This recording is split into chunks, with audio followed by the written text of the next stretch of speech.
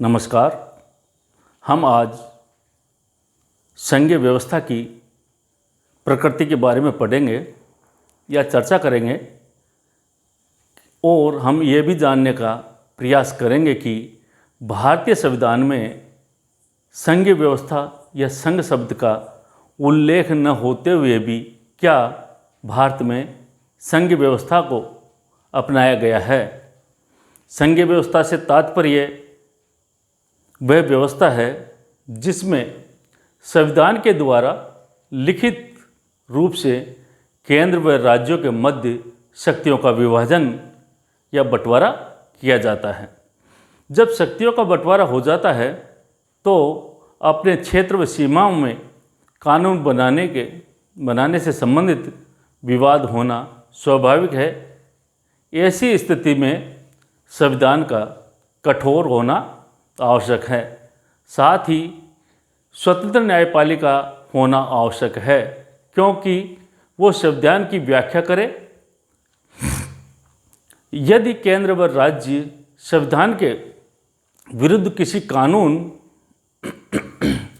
किसी कानून का निर्माण करे तो उसकी न्यायिक समीक्षा करे।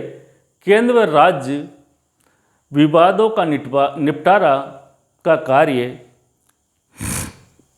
न्यायपालिका के द्वारा ही होना, साथ ही द्विसदनात्मक व्यवस्थापिका का होना जिसमें राज्यसभा, अन्य देशों में सीनेट, उस सदन के नाम से जाना जाता है जो राज्य का प्रतिनिधित्व करती है, वह लोकसभा, प्रतिनिधि सभा जिसे निम्न सदन के नाम से संबोधित किया जाता है, यह देश की जनता का प्रतिनिधित्व करती है।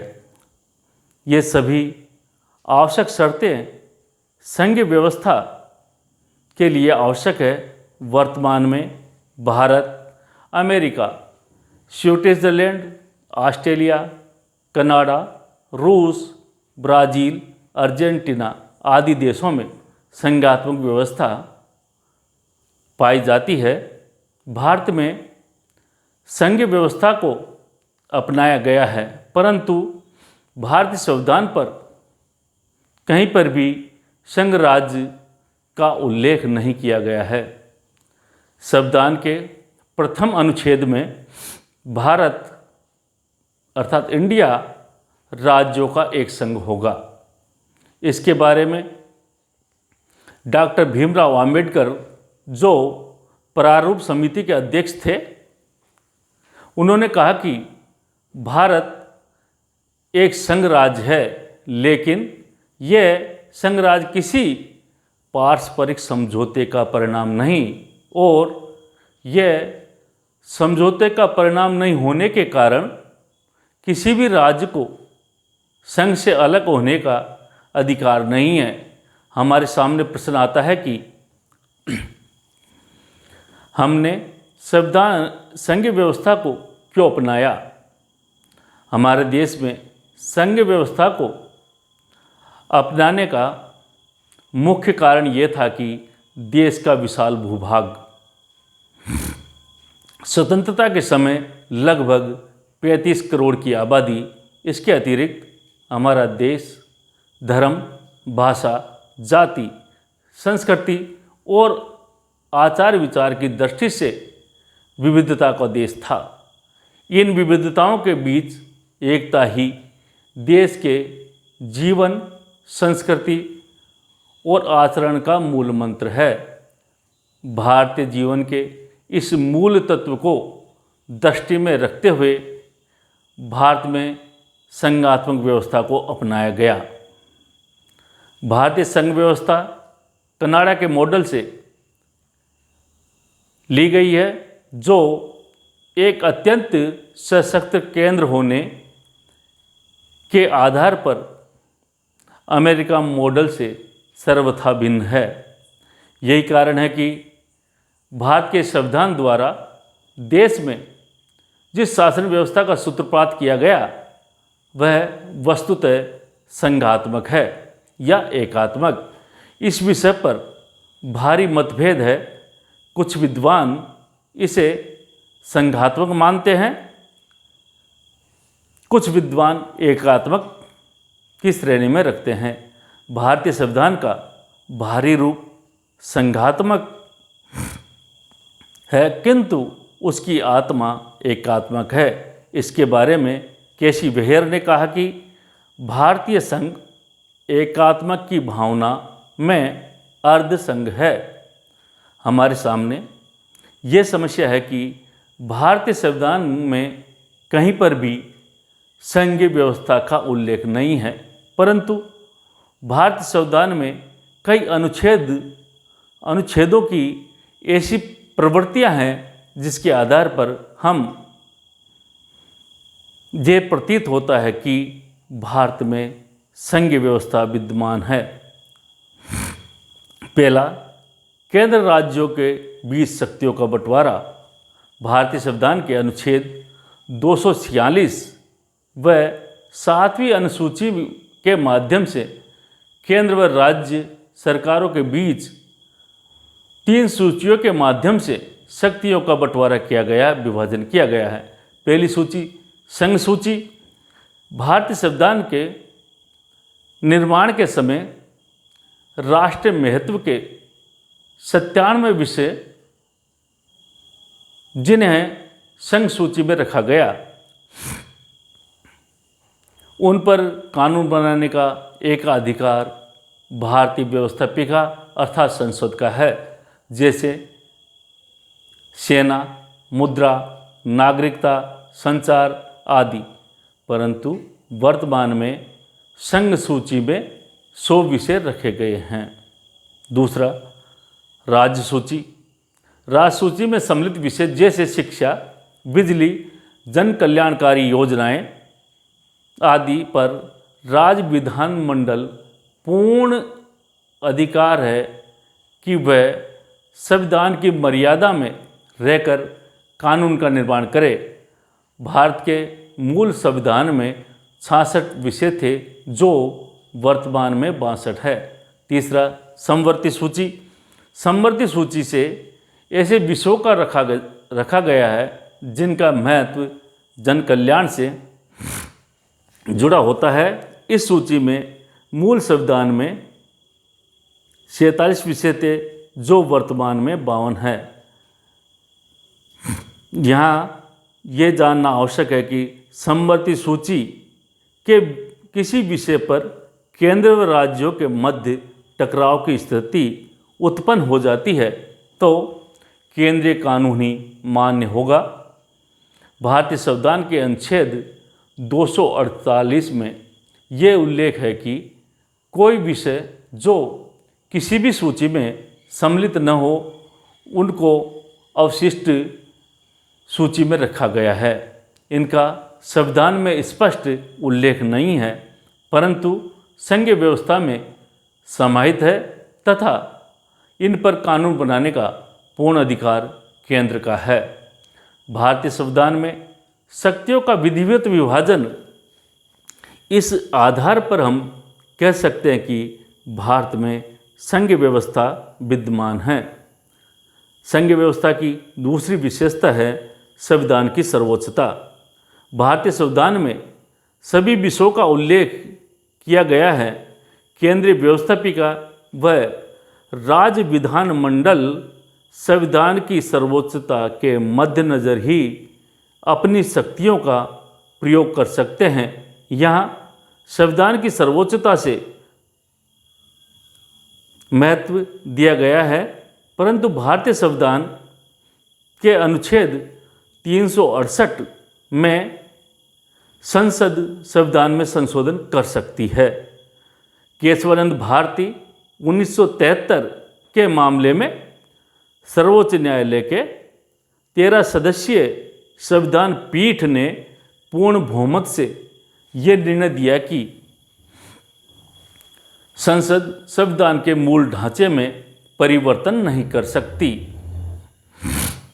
संविधान की सर्वोच्चता को बनाए रखने के लिए अनुच्छेद 13 के अंतर्गत सर्वोच्च न्यायालय को न्यायिक पुनरावलोकन की शक्ति प्रदान की गई, जो संघ व्यवस्था की मुख्य विशेषताओं में गिनी जाती है।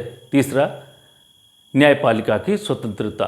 भारतीय संविधान की रक्षा व व्याख्या करने का दायित्व संविधान का उल्लंघन होने पर न्यायिक पुनरावलोकन की शक्ति तथा किसी विषय पर कानून बनाने पर केंद्र व राज्यों के मध्य विवाद को सुलझाने का कार्य सर्वोच्च न्यायालय का है। न्यायाधीशों को सरकार के हस्तक्षेप से मुक्त रखने या बचाने के लिए न्यायाधीशों का वेतन भारतीय संचय निधि से दिया जाता है। साथ ही भारतीय संविधान में अखिल भारतीय न्यायिक सेवा का प्रावधान किया गया था, परंतु वर्तमान में भी इन सेवाओं का संविधान में उल्लेख नहीं है। भारत में मूल संविधान में 3 प्रकार की अखिल भारतीय सेवाओं का उल्लेख किया गया था। IAS, अखिल भारतीय प्रशासनिक सेवा, अखिल भारतीय पुलिस सेवा, अखिल भारतीय न्यायिक सेवा, परंतु 1966 में अखिल भारतीय वन सेवा को उसमें सम्मिलित किया, पर संविधान में इसका उल्लेख नहीं है। चौथा है द्विसदनीय व्यवस्थापिका। संघ व्यवस्था जिस देश में है वहाँ द्विसदनीय व्यवस्थापिका का होना आवश्यक है, क्योंकि व्यवस्थापिका का उच्च सदन, जिसे राज्यसभा के नाम से जाना जाता है, राज्यसभा के सदस्यों का चुनाव राज्य विधानसभा के सदस्यों के माध्यम से किया जाता है तथा भारत में राज्यसभा के सदस्यों की संख्या संबंधित राज्य की जनसंख्या के आधार पर निर्धारित किया गया है, जबकि अमेरिका में सभी राज्यों को समान प्रतिनिधित्व दिया गया है। राज्यसभा सदस्य संबंधित राज्य के हितों की रक्षा के साथ संबंधित राज्य का प्रतिनिधित्व भी करते हैं। भारत में राज्यसभा में 233 + 12 अर्थात 245 सदस्य हैं। यहाँ उल्लेख करना आवश्यक है कि संविधान के अनुच्छेद 80 में कहा गया है कि राष्ट्रपति द्वारा 12 सदस्य जो विभिन्न क्षेत्रों में विशेषज्ञ होंगे उनका मनोनयन करते हैं। इन सदस्यों के मनोनयन की अनुशंसा सरकार के द्वारा राष्ट्रपति को की जाती है। मनोनीत सदस्यों को मंत्री भी बनाया जा सकता है। यहाँ यह कहना आवश्यक है कि मनोनीत सदस्य शपथ ग्रहण के 6 माह के अंदर किसी भी पार्टी की सदस्यता ग्रहण कर सकते हैं, परंतु 6 महीने बाद ऐसा नहीं कर सकते। वही द्वितीय सदन लोकसभा, जिसे निम्न सदन के नाम से संबोधित किया जाता है, ये देश के लोगों का प्रतिनिधित्व करती है। अतः हम कह सकते हैं कि भारत में संघीय व्यवस्था है। 5वां है लिखित व कठोर संविधान। किसी भी देश के संविधान को उसमें होने वाले संशोधन प्रक्रिया के माध्यम से कठोर या लचीला संविधान कहा जाता है। संघीय व्यवस्था वाले देशों में संविधान लिखित होता है, जिसमें सभी उपबंधों को लिपिबद्ध किया जाता है। भारतीय संविधान में 1,30,000 शब्द है। ऐसे विषय जो केंद्र व राज्य से संबंधित होने पर लोकसभा, राज्यसभा द्वारा पारित होने पर आधे से अधिक राज्यों की सहमति आवश्यक है, अर्थात संसद संविधान के पूरे भाग में संशोधन नहीं कर सकती। ये व्यवस्था संघीय व्यवस्था का महत्वपूर्ण लक्षण है। 6, राज्यपाल का पद। भारतीय संविधान के अनुच्छेद 155 में कहा गया है कि राष्ट्रपति राज्यपाल की नियुक्ति करेगा। राज्यपाल राज्य का हित का ध्यान रखेगा तथा केंद्र व राज्य के मध्य कड़ी का कार्य करेगा। 7वां, अखिल भारतीय सेवाएं। भारतीय संविधान के अनुच्छेद 312 में राज्यसभा अपने 2/3 बहुमत के आधार पर नवीन अखिल भारतीय सेवा का सृजन कर सकती है, निर्माण कर सकती है।